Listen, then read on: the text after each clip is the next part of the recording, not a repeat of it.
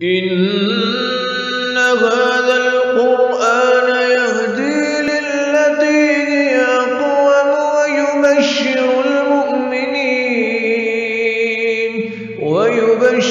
المؤمنين الذين يعملون الصالحات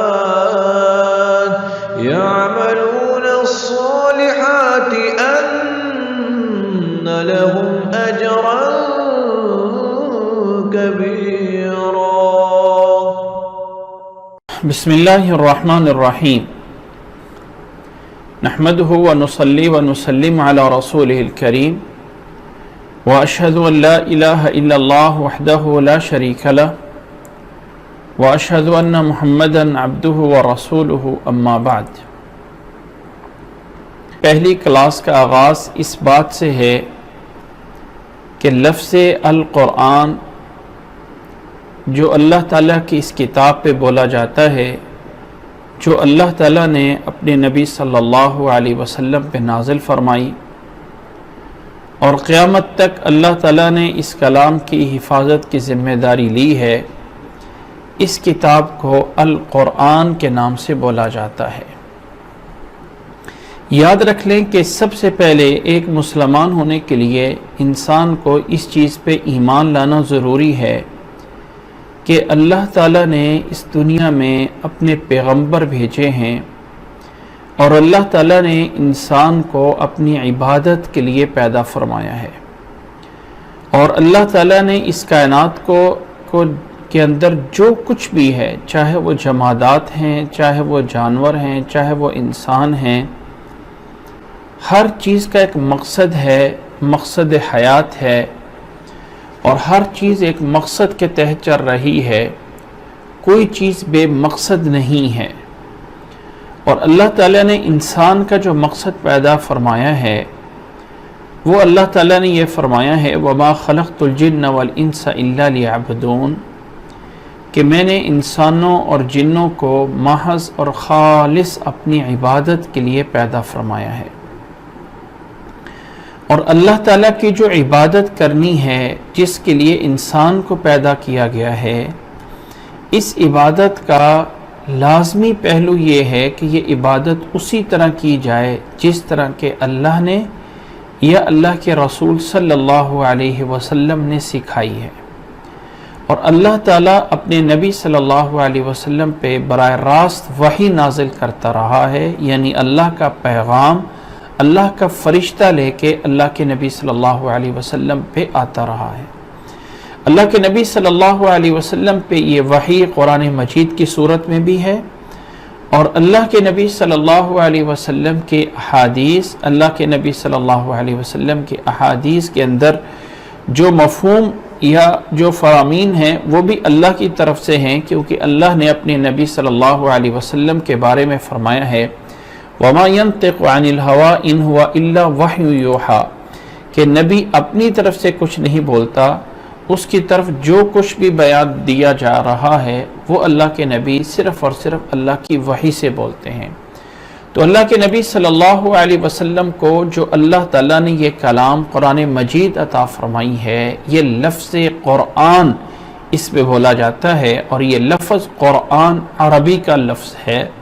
اور عربی میں ایک ورب بولا جاتا ہے قارآ، جس کا معنی ہے پڑھنا، اسی سے نکلا ہے قرآن، قارآ سے۔ اب یہ قرآن اگر ہم دیکھتے ہیں تو یہ عربی زبان میں ایک لفظ ہوتا ہے جس کو ہم مصدر بولتے ہیں، جس سے آگے بہت سارے الفاظ نکلتے ہیں، ناؤن بھی نکلتا ہے، ورب بھی نکلتا ہے، اور بھی بہت سارے نام نکلتے ہیں، تو اسے مصدر بولا جاتا ہے۔ تو قرآن مصدر ہے۔ اللہ تعالیٰ نے قرآن مجید میں فرمایا ہے وَقُرْآنَ الْفَجْرِ إِنَّ قُرْآنَ الْفَجْرِ كَانَ مَشْهُودًا، کہ قرآن مجید جو فجر کا ٹائم پڑھنا ہے، اس ٹائم اللہ تعالیٰ کے اس فجر کے ٹائم فرشتے حاضر ہوتے ہیں، تو وہاں یہ قرآن مصدر کے معنی میں ہے، یعنی پڑھنا۔ جیسے ہم ہوتا ہے نا کھیلنا، کھانا، پینا، یہ ایک مصدر ہے، میں کھا رہا ہوں، میں پی رہا ہوں، یہ ایک ورب ہے۔ لیکن جب میں بولتا ہوں پینا، کھانا، یا یہ میں بولتا ہوں یہ کاپی، یہ قلم، یہ کرسی، یہ ایک ناؤن ہے، اسی طرح یہ قرآن بھی ایک مصدر اور ناؤن ہے جس کا معنی ہے پڑھنا، اور یہ جب کسی ایک چیز پہ بولا جائے، مصدر لے کے بول دیا جائے کسی چیز پہ، تو اس میں مبالغہ مقصد ہوتا ہے۔ اور اسی طرح اس قارئ کے ایک دوسرا معنی بھی ہے، اور وہ ہوتا ہے جمع کرنا، کہ قرآن مجید ایک ایسی کتاب ہے جس میں اللہ تعالیٰ نے ہر طرح کی خوبی جمع فرمائی ہے۔ تو یہ مجموعن کے معنی میں بھی ہے اور جمع شدہ کے معنی میں بھی ہے، جو اس کا لفظ قرآن ہے۔ اور یہ کتاب جسے قرآن بولا جاتا ہے، جس کا معنی ہی بہت زیادہ پڑھا جانے والی چیز ہے، جس کا معنی ہر چیز کو جمع کرنے والی کتاب ہے، یہ اللہ کی وہ کتاب ہے جو اللہ نے اپنے نبی صلی اللہ علیہ وسلم پہ ایک وحی کی صورت میں 23 سال میں نازل فرمائی ہے۔ پہلی وحی نازل ہوئی تھی جب اللہ کے نبی صلی اللہ علیہ وسلم غار حرا میں تھے۔ اللہ کے نبی صلی اللہ علیہ وسلم کی عمر 40 سال پوری ہو چکی تھی، اور اللہ کے نبی صلی اللہ علیہ وسلم غار حرا میں اعتکاف کرتے تھے، تو وہاں پہ پہلی وحی نازل ہوئی، اور اللہ تعالیٰ نے جبریل علیہ السلام کو فرشتے کو بھیجا، اور پہلی سورت علق کی 5 آیات نازل ہوئیں۔ بسم اللہ الرحمن الرحیم، اقرأ بسم ربک الذی خلق، خلق الانسان من علق، اقرأ وربک الاکرم۔ یہ پہلی وحی جو ہے وہ نازل ہوتی ہے اللہ کے نبی صلی اللہ علیہ وسلم پہ۔ اس وحی کے نازل ہونے کے بعد اللہ کے نبی صلی اللہ علیہ وسلم واپس گھر تشریف لاتے ہیں، اور گھر تشریف لانے کے بعد اللہ کے نبی صلی اللہ علیہ وسلم گھبرا جاتے ہیں۔ پھر آہستہ آہستہ یہ وحی نازل ہوتی رہی، اور 23 سال کے عرصے میں اللہ کے نبی صلی اللہ علیہ وسلم پہ یہ وحی پوری ہوتی ہے۔ قرآن مجید آیات کی صورت میں نبی صلی اللہ علیہ وسلم پہ تھوڑا تھوڑا کر کے نازل ہوتا رہا۔ کچھ آیات مکہ مکرمہ میں نازل ہوئیں، کچھ آیات مدینہ منورہ میں نازل ہوئیں۔ تو مجموعی قرآن مجید جو مکی اور مدنی ہیں، جو آیات مکہ میں نازل ہوئیں وہ مکی کہلائیں، اور جو آیات مدینہ میں نازل ہوئیں وہ مدنی کہلائیں۔ اللہ کے نبی صلی اللہ علیہ وسلم پہ یہ جو قرآن مجید نازل ہوا، اب یہ اس کا تھوڑا سا تعارف تھا۔ اس کے بارے میں ایمان لانے کی پہلی چیز یہ ہے کہ قرآن مجید اللہ کی طرف سے معجزہ ہے۔ معجزہ کا معنی اور مفہوم یہ ہے کہ اللہ نے ہر نبی کو ایک ایسی چیز عطا فرمائی جو اس دور میں بہت بڑی تھی۔ حضرت موسیٰ علیہ السلام کے دور میں جادو کو بہت بڑا عروج تھا، تو اللہ نے جو معجزہ دیا وہ بھی بظاہر ایک ایسا تھا کہ لاٹھی پھینکتے تو سانپ بن جاتا ہے۔ اسی طرح موسیٰ علیہ السلام اپنا ہاتھ بغل میں دے کے نکالتے ہیں تو وہ جو ہے وہ چمکنے لگ جاتا ہے۔ عیسیٰ علیہ السلام کو اللہ تعالیٰ نے یہ معجزہ عطا فرمایا کہ وہ کسی بھی نابینے کو ہاتھ لگاتے ہیں تو اللہ کے حکم سے وہ بینا ہو جاتا ہے، اور کسی مردے کو ہاتھ لگاتے ہیں تو اللہ کے حکم سے وہ اٹھ جاتا ہے۔ یہ ایک معجزہ تھا جو اس دور کا تھا۔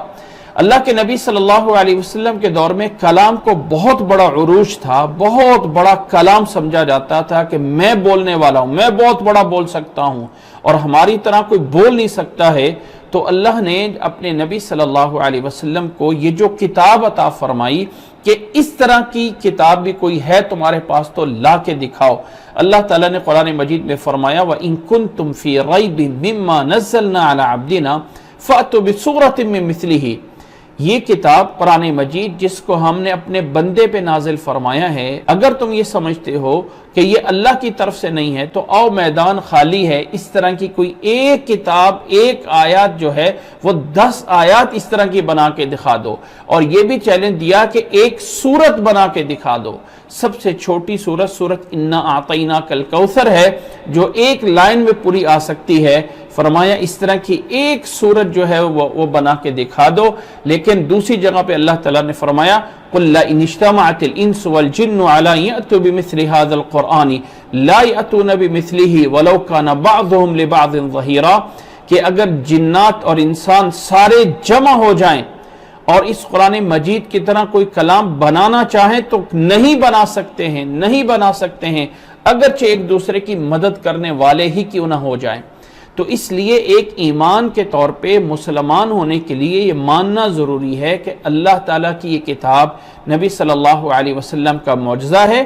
اسی طرح اللہ کی یہ کتاب ایسی ہے کہ اللہ نے اس کی حفاظت کی ذمہ داری لی ہے۔ سورۃ حجر کی آیت نمبر 9 میں اللہ نے فرمایا ہے اِنَّا نَحْنُ نَزَّلْنَا الذِّكْرَ وَإِنَّا لَهُ لَحَافِظُونَ، ہم نے اس ذکر کو نازل کیا ہے اور ہم ہی اس کی حفاظت کرنے والے ہیں۔ تو قرآن مجید کی حفاظت کی ذمہ داری اللہ تعالیٰ نے لی ہے، اللہ تعالیٰ اس کو محفوظ کرنے والا ہے۔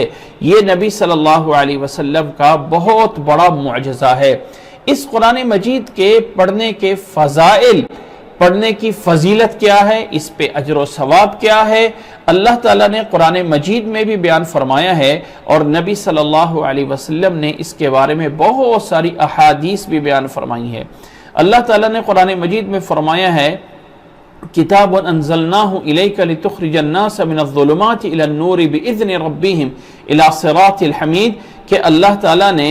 اس کتاب کو اس لیے نازل فرمایا ہے تاکہ لوگوں کو اندھیروں سے نکال کے روشنیوں کی طرف لایا جائے۔ گویا کہ مقصد یہ ہے کہ اس کتاب کی فضیلت یہ ہے کہ یہ ہمیں اندھیروں سے نکال کے،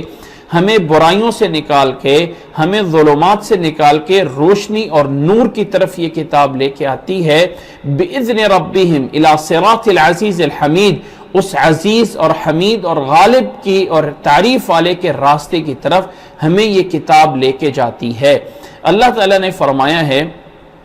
کہ جس اللہ نے اس کتاب کو نازل فرمایا ہے لا یأتیہ الباطل من بین یدیہ ولا من خلفہ تنزیل من حکیم حمید، یہ وہ کتاب ہے جس کو آگے پیچھے دائیں بائیں سے کہیں بھی اس میں باطل نہیں آ سکتا ہے، اس میں یہ اللہ کی طرف سے حکیم اور حمید کی طرف سے نازل کردہ ہے۔ یہ جو اتنی بڑی عظیم کتاب ہے، رسول اللہ صلی اللہ علیہ وسلم نے اس کتاب کے کچھ فضائل بیان فرمائے ہیں۔ ابھی تک کی میری بات کا خلاصہ یہ ہے کہ قرآن مجید اللہ کی کتاب ہے۔ لفظ قرآن کا معنی ہے بہت زیادہ پڑھا جانے والی کتاب۔ نبی صلی اللہ علیہ وسلم پہ نازل کردہ اس کتاب کا نام القرآن ہے۔ یہ قرآن نبی صلی اللہ علیہ وسلم کا معجزہ ہے، ہمیں اس پہ ایمان لے کے آنا ہے، اور اللہ تعالیٰ نے اس کی حفاظت کی ذمہ داری لی ہے۔ فضائل اس کے یہ ہیں، فضیلت یہ ہے کہ اللہ تعالیٰ نے اللہ کے رسول صلی اللہ علیہ وسلم سے حضرت ابو امامہ الباہلی رسول اللہ صلی اللہ علیہ وسلم کے صحابی ہیں، آپ صلی اللہ علیہ وسلم سے فرمان نقل کرتے ہیں کہ آپ صلی اللہ علیہ وسلم نے فرمایا اقرأوا القرآن فإنه يأتي يوم القیامہ شفیعا لأصحابہ، لوگوں قرآن مجید کی تلاوت کرو، اسے پڑھو، اس کے الفاظ کا پڑھنا بھی ایک عبادت ہے۔ فَإِنَّهُ يَأْتِي يَوْمَ الْقِيَامَةِ شَفِيعًا لِأَصْحَابِهِ، یہ قرآن مجید اپنے پڑھنے والوں کی قیامت والے دن ان کی شفاعت کرے گا، ان کی سفارش کرے گا کہ اللہ تعالیٰ کے ہاں ان کے لیے بخشش ہے، ان کی سفارش اور معافی دلائے گا۔ اللہ کے نبی صلی اللہ علیہ وسلم کی اس حدیث سے ہمیں جو سمجھ آتا ہے کہ قرآن مجید کا پڑھنا بھی ایک عبادت ہے، سمجھنا یہ ایک الگ چیز ہے، سمجھنا یہ بھی ایک عبادت ہے، لیکن پڑھنا بھی ایک عبادت ہے۔ پڑھنا کہ اللہ تعالیٰ نے اس کتاب کو نازل فرمایا اور اس کے الفاظ رسول اللہ صلی اللہ علیہ وسلم کی وہ حدیث ہم نے سنی ہوگی کہ آپ صلی اللہ علیہ وسلم نے فرمایا کہ اس پہ قرآن مجید کے من قرأ حرفا من کتاب اللہ فلہ بہ حسنہ، جس نے قرآن مجید کا ایک حرف پڑھا اس کے لیے ایک نیکی ملے گی، والحسنۃ بعشر امثالہا، اور ایک نیکی 10 نیکیوں کے برابر ہوتی ہے۔ ولا اقول الف لام میم حرف ولکن الف حرف ولام حرف ومیم حرف، آپ صلی اللہ علیہ وسلم نے فرمایا کہ میں یہ نہیں کہتا ہوں کہ الف لام میم ایک حرف ہے، الف ایک حرف ہے، لام ایک حرف ہے اور میم ایک حرف ہے، جس کا معنی اور مفہوم یہ بنتا ہے کہ الف لام میم پڑھنے سے انسان کو 30 نیکیاں مل رہی ہوتی ہیں، 30 نیکیاں مل رہی ہیں اگر الف لام میم پڑھتا ہے۔ اب اس حساب سے انسان حساب لگا لے کہ الحمدللہ رب العالمین الرحمن الرحیم مالک یوم الدین ایاک نعبد و ایاک نستعین اهدنا الصراط المستقیم صراط الذین انعمت علیہم غیر المغضوب علیہم ولا الضالین اس پہ انسان کو کتنی نیکیاں مل رہی ہیں۔ جب وہ یہ پڑھتے، یہ ساری صورتیں پڑھتا ہے، ساری آیات پڑھتا ہے، تو اس لیے یہ قرآن مجید کا پڑھنا بھی ایک عبادت ہے، اس کے الفاظ ایک متعبد بالتلاوہ ہیں۔ اسی طرح رسول اللہ صلی اللہ علیہ وسلم سے حضرت عمر رضی اللہ تعالیٰ عنہ نقل کرتے ہیں کہ آپ صلی اللہ علیہ وسلم نے فرمایا ان اللہ یرفع بهذا الكتاب اقواما ویضع به آخرین، اللہ تعالیٰ اس قرآن مجید کی بدولت بہت سے لوگوں کو بلند کر دیتا ہے، بہت سے لوگوں کو عروج دے دیتا ہے، اور بہت سے لوگوں کو اللہ تعالیٰ ذلیل کر دیتا ہے اسی قرآن مجید کی وجہ سے۔ جن لوگوں نے اس قرآن مجید کو سمجھا، اس پہ عمل کیا، اس پہ سمجھا، اس پہ عمل کیا، یہ قرآن مجید ان کے لیے نجات کا ذریعہ ہے۔ اور جن لوگوں نے اس قرآن مجید کو نہیں پڑھا، جن لوگوں نے اس قرآن مجید کو پیچھے چھوڑ دیا، یہی قرآن مجید ان کی ذلت اور رسوائی کا سبب بنے گا۔ ان اللہ یرفع بهذا الكتاب اقواما، اللہ تعالیٰ بہت سی قوموں کو بلند کر دیتا ہے قرآن مجید کی وجہ سے، اللہ تعالیٰ رفعت اور بلندی دے دیتا ہے۔ وہ لوگ معزز تھے اپنے زمانے میں صاحب قرآن ہو کر، ہم اپنے زمانے میں ذلیل و خوار اس لیے ہو رہے ہیں کہ ہم تارک قرآن ہیں، قرآن مجید کو چھوڑ بیٹھے ہیں، جو قرآن کا حق ہے وہ ہم ادا نہیں کر رہے ہیں، جو قرآن مجید کا حق ہے وہ ہم سے ادا نہیں ہو رہا ہے۔ قرآن مجید کے حق یہ ہیں کہ پہلا حق اس کا یہ ہے، قرآن مجید کے جو 5 حقوق ہیں ان میں پہلا حق یہ ہے کہ ایمان لایا جائے کہ یہ کلام اللہ کی طرف سے ہے، اللہ کی کلام ہے، کسی اور کی کلام نہیں ہے۔ اس پہ ایمان لے کے آنا، قرآن مجید کو اللہ کی کتاب سمجھنا غیر تحریف شدہ ہے، اس میں کوئی چیز تحریف والی نہیں ہے، اور اس کے اندر کوئی چیز جو ہے وہ من گھڑت نہیں ہے، یہ اللہ کی کتاب اللہ کی حفاظت کے ساتھ محفوظ ہے، یہ اس پہ ایمان لے کے آنا یہ پہلا حق ہے۔ قرآن مجید کا دوسرا حق یہ ہے کہ جب ہم ایمان لے کے آئے تو اس کے الفاظ کو پڑھنا، اللہ تعالیٰ نے فرمایا ہے وَرَتِّلِ الْقُرْآنَ تَرْتِيلًا فَاقْرَؤُوا مَا تَيَسَّرَ مِنَ الْقُرْآنِ، اس کے الفاظ کو سمجھنا، اس کے الفاظ کو پڑھنا، یہ قرآن مجید کا دوسرا حق ہے۔ اور تیسرا حق قرآن مجید کا یہ ہے کہ جب ہم نے قرآن مجید کو ایمان لے کے آ گئے، اس کو پڑھنا شروع کر دیا، تو اب اس کے الفاظ کو سیکھنا ہے۔ ورتل القرآن کا معنی یہ ہے کہ قرآن مجید کو اس طرح پڑھا جائے جیسے کہ اس کو صحیح پڑھنا صحیح ادائیگی کا ایک طریقہ ہے۔ یاد رکھ لیں کہ عربی زبان ایک ایسی نازک زبان ہے جس میں ایک نقطے کے اوپر نیچے ہونے سے، ایک زبر زیر کے اوپر نیچے ہونے سے معنی میں بہت بڑا فرق پڑ جاتا ہے، بہت بڑا فرق پڑ جاتا ہے۔ تو اللہ تعالیٰ کی اس کلام کو سیکھنا ہے کہ الفاظ کیسے پڑھنے ہیں۔ قل هو اللہ احد،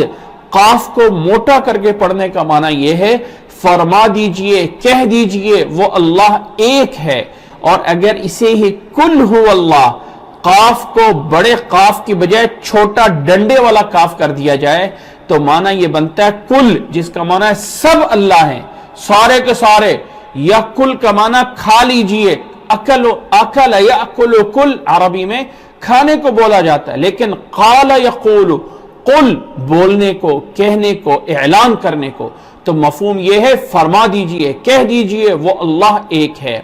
تو الفاظ کو سیکھنا، جسے ہم تجوید کے ساتھ کہتے ہیں پڑھنا، یہ قرآن مجید کا تیسرا حق ہے۔ چوتھا حق قرآن مجید کا یہ ہے کہ قرآن مجید اللہ تعالیٰ کی کتاب ہماری طرف بھیجی گئی ہے، اس لیے بھیجی گئی ہے، یہ نہیں ہے کہ ہم اس کو بہت ہی اونچے طریقے سے اس کو یعنی لفافوں میں اور غلافوں میں لپیٹ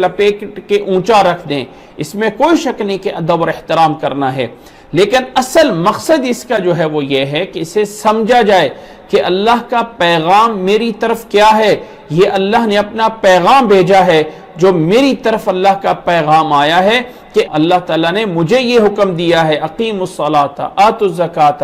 اللہ کا یہ آرڈر ہے، اللہ کا یہ حکم ہے، اللہ نے یہ فرمایا ہے، اللہ تعالیٰ یہ کہہ رہا ہے، اللہ تعالیٰ یہ فرما رہا ہے، یہ میرے لیے، میرے اور آپ سب کے لیے، ہر ایک انسان کو سمجھنا چاہیے جب اللہ تعالیٰ کہتا ہے یا ایھا الذین آمنو، اے ایمان والو، تو اللہ مجھ سے مخاطب ہے کہ اے انسان تو یہ کر، اے انسان تو یہ کر، تجھے یہ آرڈر دیا جا رہا ہے۔ تو قرآن مجید کا چوتھا حق یہ ہے کہ اس پہ، قرآن مجید کے چوتھے اس حق پہ کہ سمجھا جائے، اس کا ترجمہ پڑھا جائے،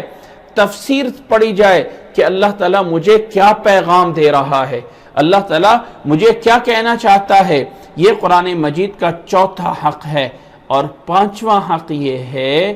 پھر اس کو جب ایمان لے کے آ گئے،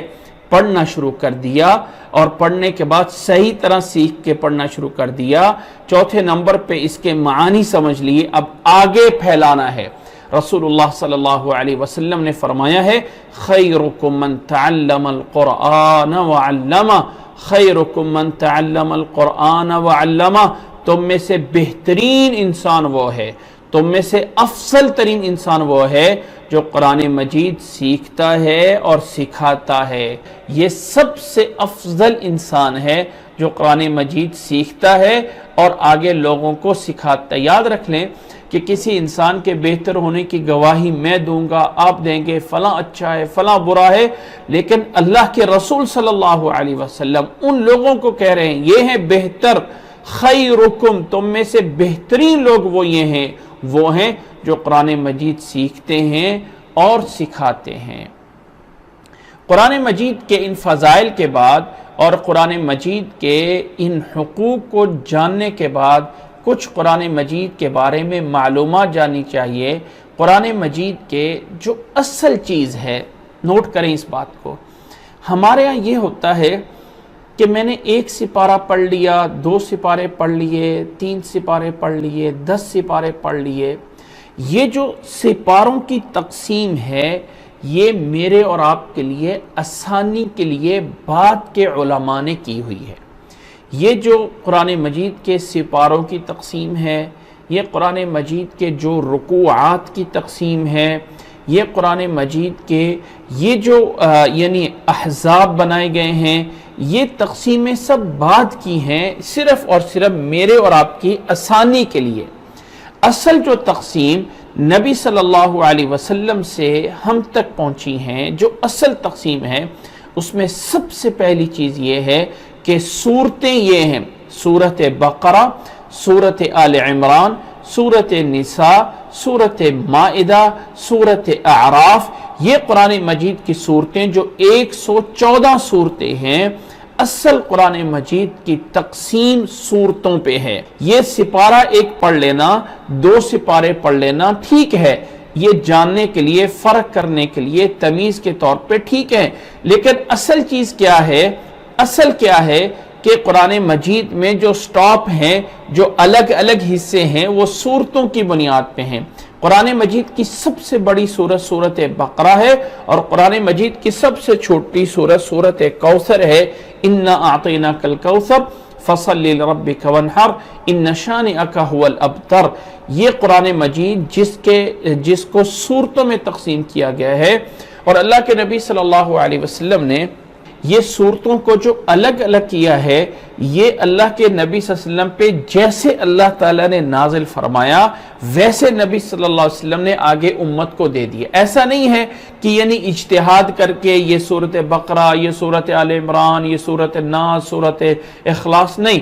جیسے اللہ تعالیٰ نے نبی صلی اللہ علیہ وسلم کو دیا، ویسی نبی صلی اللہ علیہ وسلم نے آگے امت کو دیا ہے۔ تو یہ صورتوں کی تقسیم گویا اللہ کی طرف سے ہے، اور صورتوں کے نام بھی یہ اللہ کی طرف سے توقیفی ہیں۔ توقیفی کا مطلب یہ ہے کہ اس میں کوئی اجتہاد نہیں کیا گیا ہے، سوچ سمجھ کے نہیں رکھے گئے کہ اس کا نام سورت بقرہ رکھ دو، اس کا نام سورت فاتحہ رکھ دو، اس کا نام سورت حشر رکھ دو، اس کا نام سورت ناس رکھ دو، نہیں، بلکہ یہ ساری کی ساری صورتوں کے نام بھی اللہ کی طرف سے ہیں۔ یہ صورتوں کے نام بعض دفعہ سورت کے پہلے حرف سے نام رکھ دیا جاتا ہے، سورت یاسین ہے، سورت قاف ہے، سورت صاد ہے، پہلے حرف سے سورت کا نام، بعض دفعہ سورت کے پورے موضوع کو سامنے رکھ کے نام رکھے گئے ہیں. سورت اخلاص قل هو اللہ احد، کہیں اس میں سورت اخلاص کے اندر لفظ اخلاص نہیں آیا ہے بلکہ مضمون اس کا جو ہے وہ اخلاص پہ ہے، اس لیے اس کا نام سورت اخلاص رکھ دیا گیا ہے. اسی طرح بعض دفعہ سورت کسی شخصیت کے بارے میں ہوتی ہے تو اس سے سورت کا نام پڑ جاتا ہے، جیسے سورت یوسف ہے، یوسف علیہ السلام کا واقعہ ہے، اس کے اندر تفصیل کے ساتھ موجود ہے اور اس کا نام سورت یوسف ہے. بعض دفعہ چھوٹا سا واقعہ ہوتا ہے، اس کو کوئی بڑی اہمیت بھی نہیں ہوتی ہے اور اللہ تعالیٰ اسی سے سورت کا نام رکھ دیتا ہے. اب سورت بقرہ جس کے اندر بہت سارے مسائل بیان کیے گئے ہیں، بہت بڑی سورت ہے، بہت سارے زندگی کے مسائل بیان کیے گئے ہیں، بہت سارے بنی اسرائیل کے واقعات بیان کیے گئے ہیں، لیکن ایک چھوٹا سا گائے کا واقعہ ہے اور اسی سے نام سورت بقرہ ہے. تو سورتوں کے نام کوئی سوچ سمجھ کے، کوئی اجتہاد کر کے نہیں ہیں، بلکہ سورتوں کے نام جو ہیں وہ توقیفی ہیں، یعنی اللہ کے رسول صلی اللہ علیہ وسلم کی طرف سے ہیں، اور اللہ کے رسول صلی اللہ علیہ وسلم کو جیسے اللہ تعالیٰ نے دیا تھا ویسے نبی صلی اللہ علیہ وسلم نے آگے امت تک پہنچا دیا ہے. یاد رکھ لیں کہ قرآن مجید پہ اگر ہم ایک طائرانہ نظر ڈالتے ہیں تو قرآن مجید کے مضمون 3 حصوں میں ہمیں نظر آتے ہیں. قرآن مجید پورا کا پورا 3 مضامین پہ، 3 ٹاپک پہ، 3 موضوعات پہ بات کرتا ہے. پہلا موضوع ہے اللہ کی توحید، اللہ تعالیٰ کون ہے، وہ غفور ہے، وہ رحیم ہے، وہ جبار ہے. اللہ لا الہ الا هو الحی القیوم لا تأخذه سنة ولا نوم من ذا الذي يشفع عنده الا بإذنه يعلم ما بين أيديهم وما خلفهم ولا يحيطون بشيء من علمه الا بما شاء وسع كرسيه السماوات والارض ولا يؤوده حفظهما وهو العلی العظیم. یہ آیت الکرسی اللہ تعالیٰ کا تعارف ہے. کون ہے اللہ؟ وہ اللہ ہے جس کے علاوہ کوئی معبود نہیں ہے، وہ قائم ہے، ہمیشہ رہنے والا ہے، وہ غفور ہے. سورت اخلاص میں فرمایا قل هو اللہ احد اللہ الصمد لم یلد ولم یولد ولم یکن له کفوا احد. تو قرآن مجید کا ایک موضوع یہ ہے کہ اللہ کا تعارف، اللہ تعالیٰ کون ہے، اللہ تعالیٰ کے معاملات کیا ہیں، اللہ تعالیٰ نے کیسے جو ہے اس کائنات کو بنایا ہے، کیسے اس دنیا کے ختم ہونے کے بعد جنت اور جہنم کے واقعات یہ ہیں. یہ اللہ تعالیٰ کا تعارف، کیا وہ کرتا ہے، کیا وہ کر سکتا ہے، کیا وہ ذات ہے. اللہ کی توحید یہ قرآن مجید کا ایک موضوع ہے.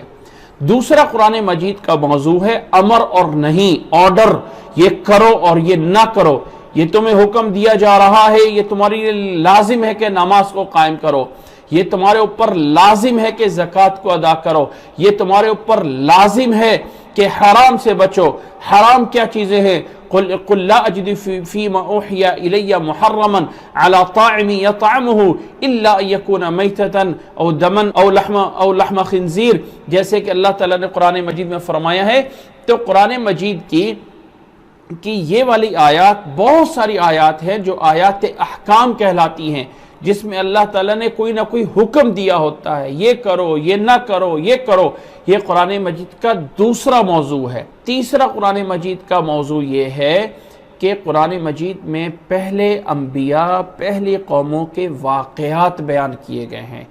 فلاں نبی کو اللہ تعالیٰ نے اس طرح کر کے بھیجا، آدم علیہ السلام کو اللہ تعالیٰ نے مٹی سے پیدا کیا اور پھر فرشتوں سے سجدہ کرایا، پھر انہیں زمین پہ بھیجا گیا اور پھر انہیں جو ہے ان کے آگے اولاد پیدا ہونے والی ان کی اصلاح کی ذمہ داری انہیں دے دی گئی. پھر حضرت نوح علیہ السلام انہیں بھیجا گیا اپنی قوم کی اصلاح کریں. اس طرح کر کے اللہ تعالیٰ نبیوں کو بھیجا، ہر نبی نے اس طرح کر کے تبلیغ کی. حضرت ابراہیم علیہ السلام نے یہ کیا، حضرت موسیٰ علیہ السلام نے یہ کیا، حضرت عیسیٰ علیہ السلام نے یہ کیا اور ان کی قوموں نے یہ کیا. بنی اسرائیل کی قوم یہ تھی، قوم لوط کے اوپر عذاب ایسے ہوا، قوم عاد کا انجام یہ ہوا، اصحاب الایکہ یہ تھے، فلاں تھے. یہ قرآن مجید کا تیسرا موضوع ہے. قرآن مجید کا پہلا موضوع اللہ تعالیٰ کا تعارف اور عقیدہ اور نظریات ہیں.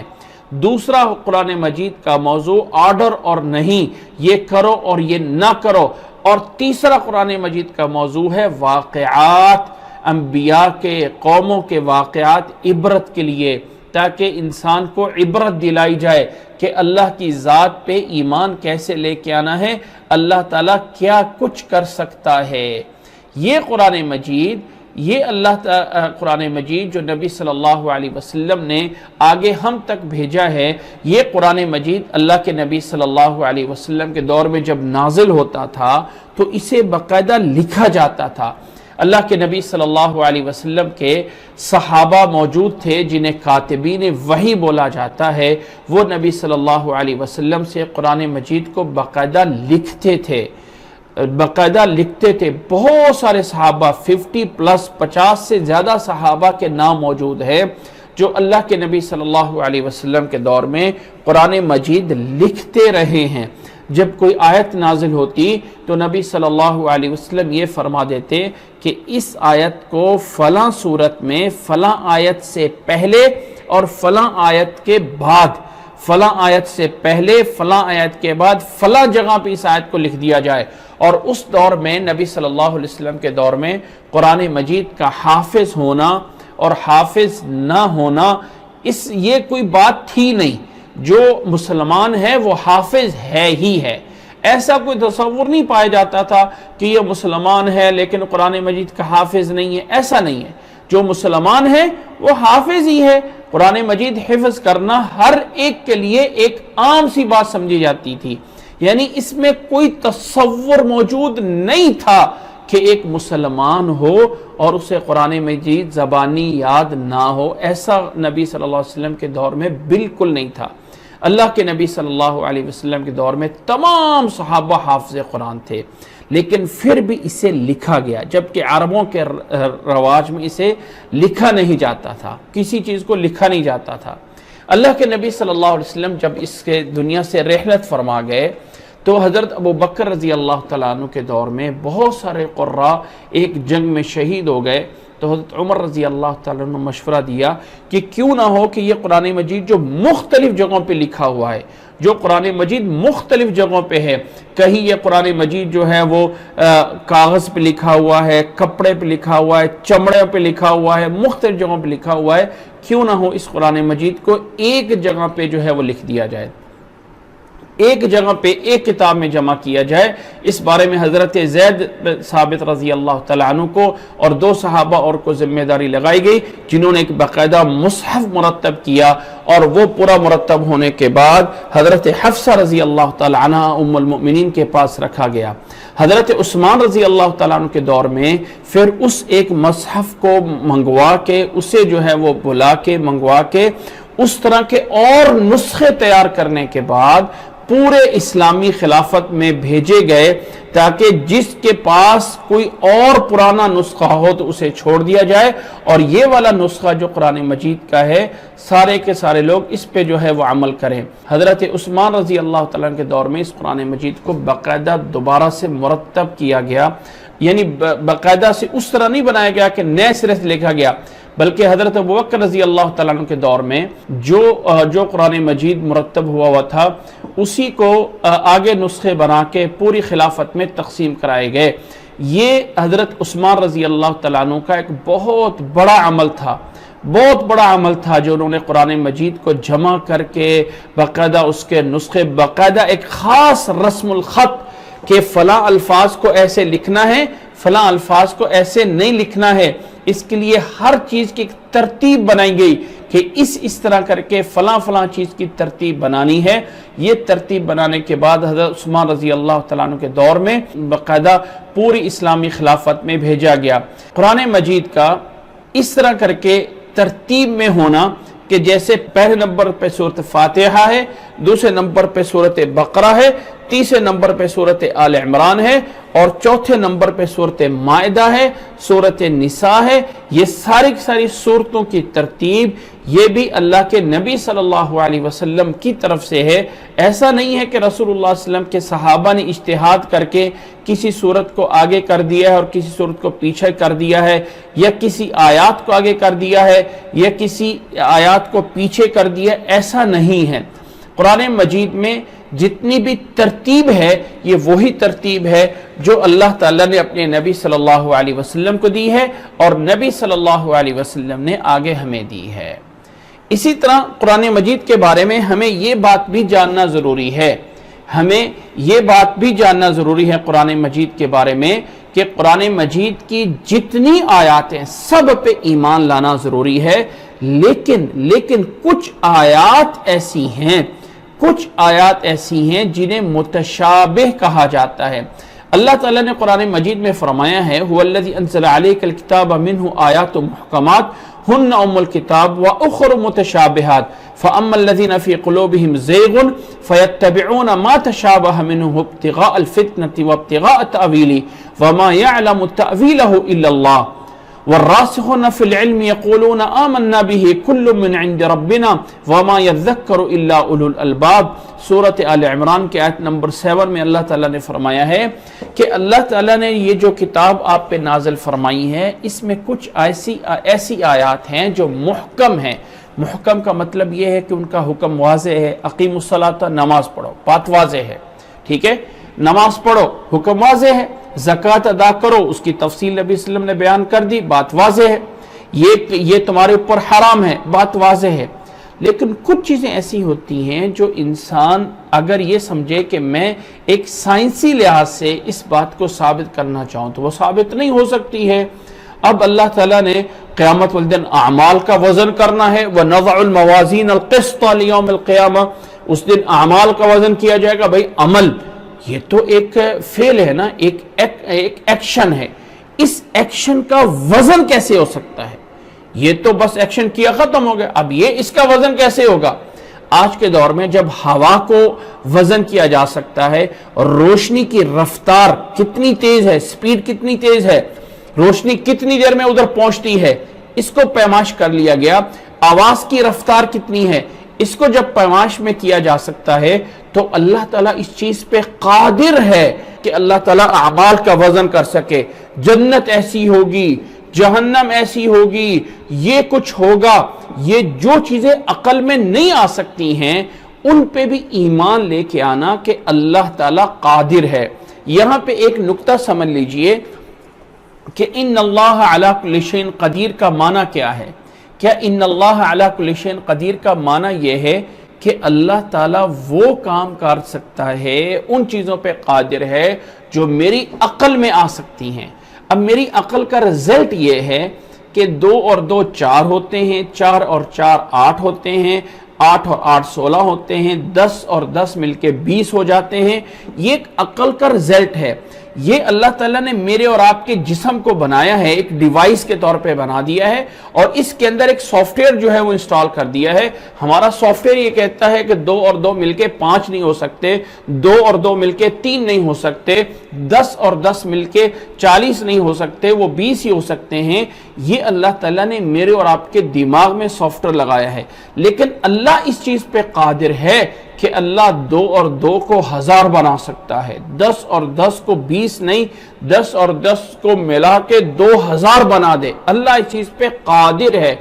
اللہ کی قدرت کا مطلب یہ نہیں کہ جو میری عقل میں آ سکتا ہے، نہیں، اللہ اس چیز پہ بھی قادر ہے جو میری اور آپ کی عقل میں نہیں آ سکتا ہے۔ ان اللہ علی کل شیء قدیر کا معنی یہ ہے کہ اللہ ان تمام چیزوں پہ قادر ہے جو میری اور آپ کی عقل میں نہیں آ سکتے۔ اللہ تعالیٰ آسمان دنیا پہ بھی ہے، اللہ تعالیٰ عرش پہ مستوی ہے، اللہ تعالیٰ عرش پہ ہے۔ اللہ تعالیٰ یہ کیسے کام کر رہا ہے؟ اللہ نے زمین و آسمان کو 7 دن میں کیوں پیدا کیا؟ وہ تو کن فیکون سے ہو جاتا ہے۔ اللہ تعالیٰ کن کہہ دے سب کچھ بن جاتا ہے۔ اللہ تعالیٰ نے آدم علیہ السلام کو مٹی سے کیوں بنایا؟ تو وہ تو مٹی کا محتاج کیوں تھا؟ اللہ تعالیٰ تو بغیر کن کہہ دیتا ہو جاتا۔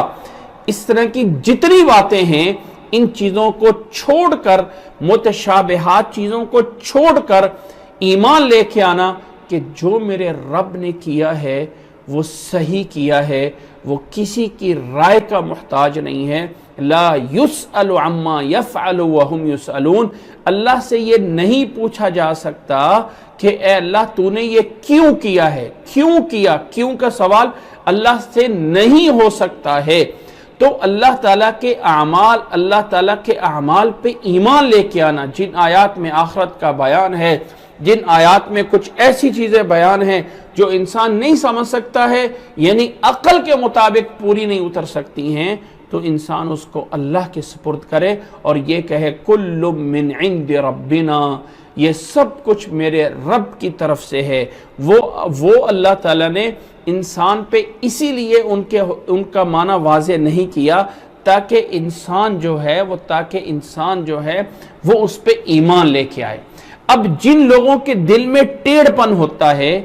وہ لوگ چاہتے ہیں کہ ان متشابہات کے معنی نکالیں، وہ متشابہات کے معنی کو سمجھے، اچھا عذاب قبر کیسے کر کے ہوگا، اس کی ڈیٹیل کیسے ہوگی، مردے کو تکلیف کیسے دی جا سکتی ہے، وہ روح کو عذاب ہوگا یا جسم کو عذاب ہوگا، وہ ہم کیمرے لگائیں تو اس کو دیکھ سکتے ہیں کہ نہیں دیکھ سکتے۔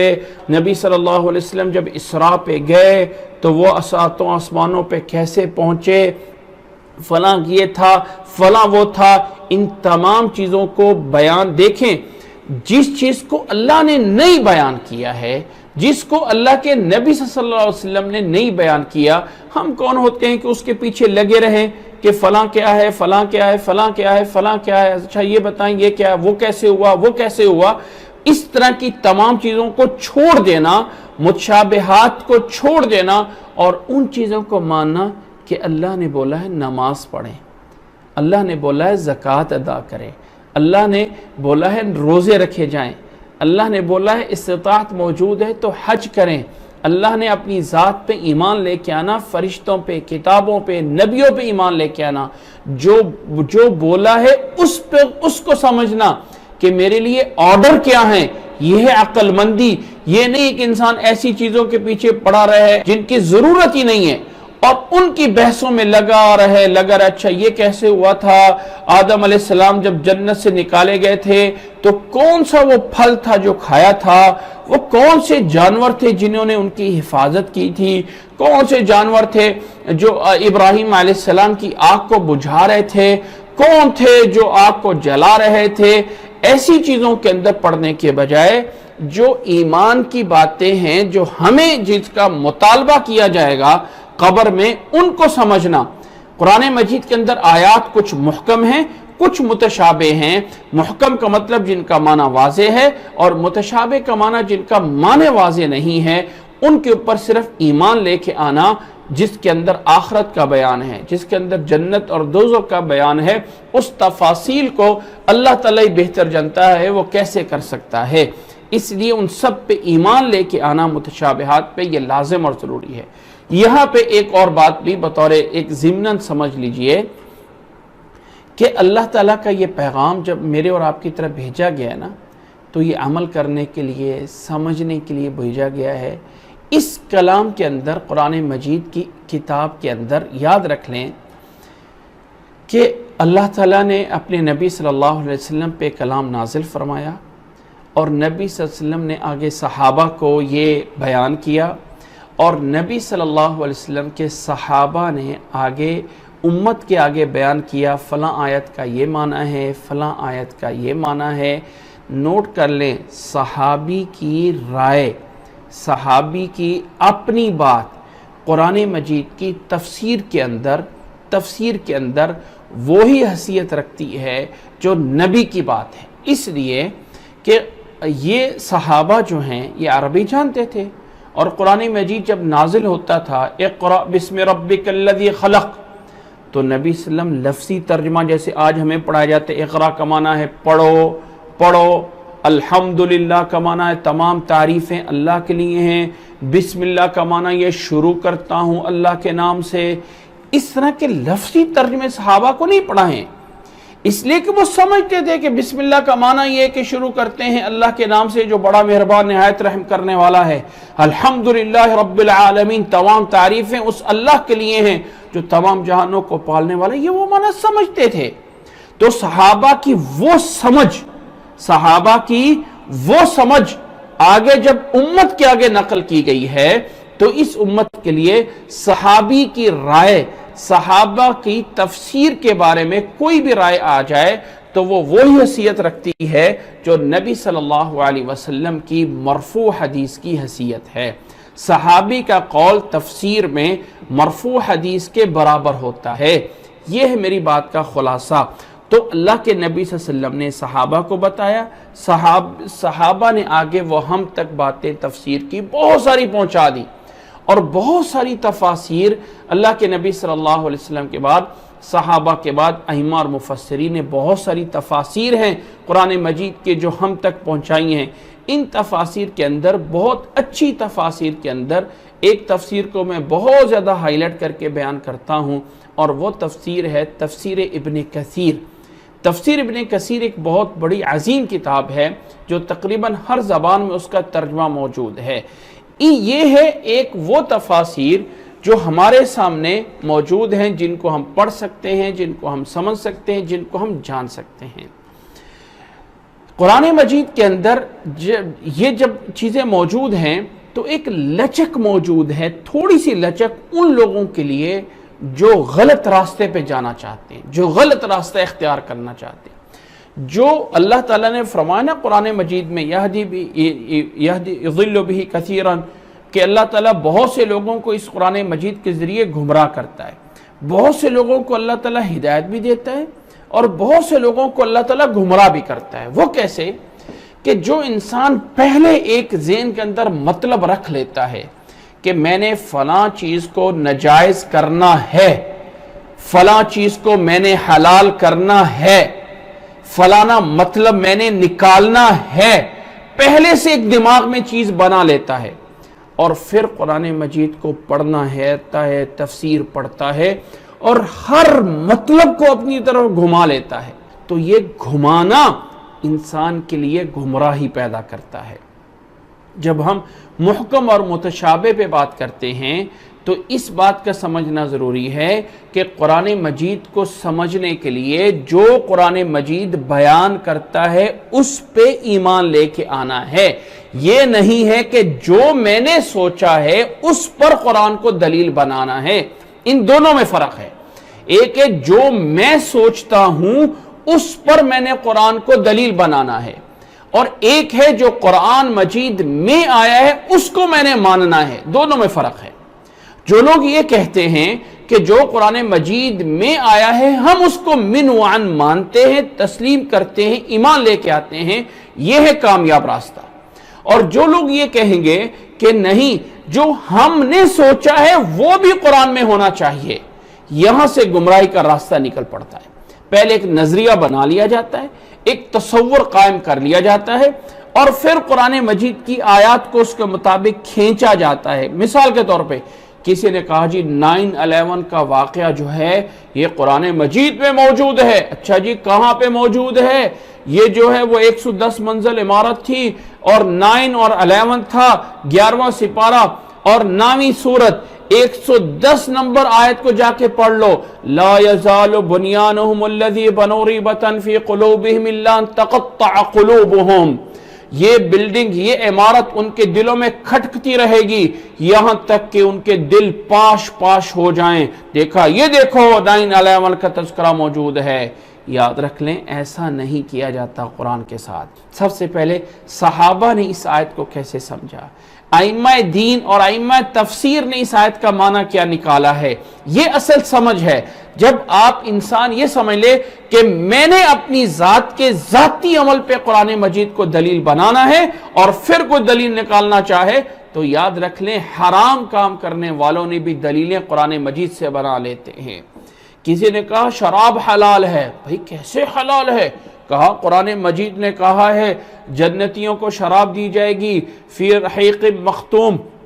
مہر لگی ہوئی شراب ہوگی، مہر لگی ہوئی ہوگی، تو جو چیز جنت میں حلال ہو سکتی ہے وہ دنیا میں کیسے حرام ہوگی، وغیرہ وغیرہ۔ دلیل کے لیے آیت جو ہے رحیق مختوم لگا دی کہ مہر لگی ہوئی شراب دی جائے گی،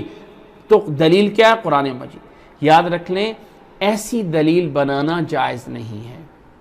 جب ہم قرآن مجید کو پڑھتے ہیں تو جو قرآن مجید سے سمجھ آ رہا ہے اس کو ماننا لازم ہے، یہ نہیں کہ جو میں سمجھتا ہوں اس پہ دلیل بنانا ہے۔ ان دونوں میں فرق ہے۔ جو لوگ قرآن مجید پڑھ کر اس سے سمجھ لیتے ہیں وہ تو ہدایت یافتہ ہیں، اور جو لوگ اپنی بات بنا کر پھر اس پر قرآن مجید کو دلیل بنا رہے ہوتے ہیں، اپنا نظریہ قرآن مجید میں داخل کرتے ہیں، یاد رکھ لیں یہ گمراہی ہے۔ اللہ تعالی ہمیں محفوظ فرمائے۔ میری بات کا خلاصہ یہ ہے کہ قرآن مجید کی واضح اور محکم آیات پہ عمل کرنا لازم ہے، متشابہ آیات پہ ایمان لانا لازم ہے، اور قرآن مجید کو سمجھنا ہے بغیر کسی اپنے ذاتی مقدمے کے، یعنی بغیر کوئی ذاتی سوچ کے، ذاتی سوچ لیے بغیر قرآن مجید کو پڑھنا ہے۔ جو قرآن مجید سے نکلتا آئے، جو قرآن مجید سے سمجھ آتی جائے، اسی کے اوپر جو ہے وہ عمل کرنا، اسی کے اوپر جو ہے وہ سمجھنا،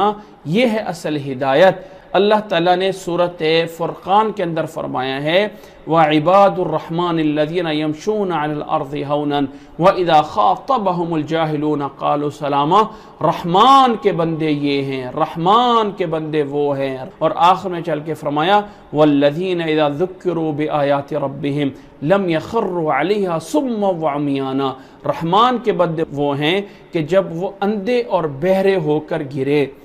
جب ان پر قرآن مجید تلاوت کی جاتی ہے تو وہ اندھے اور بہرے ہو کر نہیں گرتے ہیں، بلکہ غور اور فکر اور سوچ اور سمجھ کے عمل کرتے ہیں۔ قرآن مجید کو سوچنا،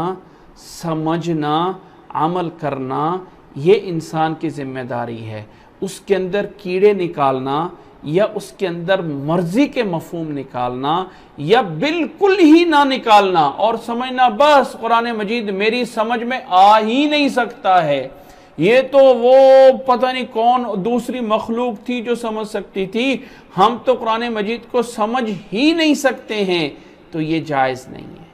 یہ جائز نہیں ہے۔ قرآن مجید میں اللہ تعالیٰ نے فرمایا ہے وَلَقَدْ يَسَّرْنَا الْقُرْآنَ لِلذِّكْرِ فَهَلْ مِن مُدَّكِرٍ، ہم نے قرآن مجید کو انتہائی آسان کیا ہے۔ کوئی ہے سمجھنے والا کہ آ کے سمجھے؟ کوئی ہے سمجھنے والا؟ ہم نے آسان کیا ہے۔ آپ اس سے اندازہ لگا لیں، ایک انسان جو اپنا نام نہیں لکھ سکتا، اپنے سگنیچر نہیں کر سکتا، انگوٹھا لگاتا ہے، ایک چھوٹا سا نورانی قاعدہ یا کوئی ایک قاعدہ الف با تا کا پڑھ کے آرام سے قرآن مجید پڑھ رہا ہوتا ہے، اس کو اپنا نام نہیں پڑھنا آتا ہوتا، لیکن قرآن مجید کی کتاب کو اسے پڑھنا آتا ہوتا ہے، قرآن مجید کی کتاب اسے پڑھنا آ رہی ہوتی ہے۔ تو یہ ہے قرآن مجید کا بہت بڑا معجزہ کہ قرآن مجید انتہائی آسان ہے۔ وَلَقَدْ يَسَّرْنَا الْقُرْآنَ لِلذِّكْرِ فَهَلْ مِن مُدَّكِرٍ، کوئی ہے کہ آ کے اسے سمجھے،